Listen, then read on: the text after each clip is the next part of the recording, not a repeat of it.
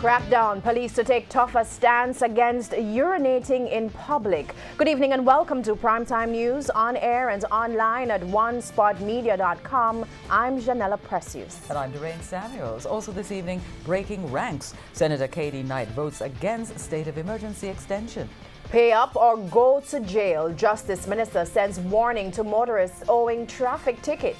No lapping up. Transport Authority targets bus operators, outlining hefty fines for the illegal practice. And in the financial week, still strengthening, Jamaican currency climbs to a 3-month high. There's also sports, post commentary and weather in this newscast, but before the break, the feedback question. Tonight we're asking, what are your views on the police crackdown on people urinating in public? Share comments online, facebook.com/Television Jamaica and tweet @Television Jam. Please stay with us. Primetime News returns after this break.